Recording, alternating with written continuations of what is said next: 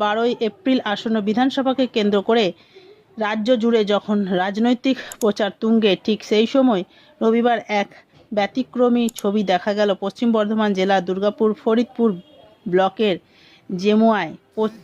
প্রচারের ব্যস্ততা সরিয়ে রেখে ফুটবল মাঠে নেমে স্থানীয় যুবকদের সঙ্গে খেলায় মেতে উঠলেন পাণ্ডবেশ্বরের তৃণমূল প্রার্থী নরেন্দ্রনাথ চক্রবর্তী।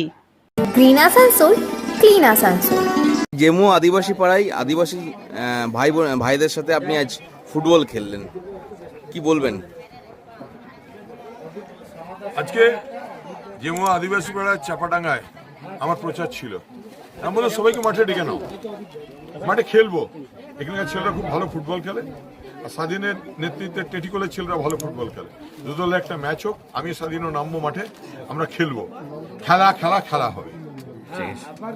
দেখা যাচ্ছে ভোট প্রচারে ব্যস্ত আর আপনি খেলাতে ব্যস্ত, কি বলবেন? अरे टेंशन लेना नहीं है, टेंशन देना है।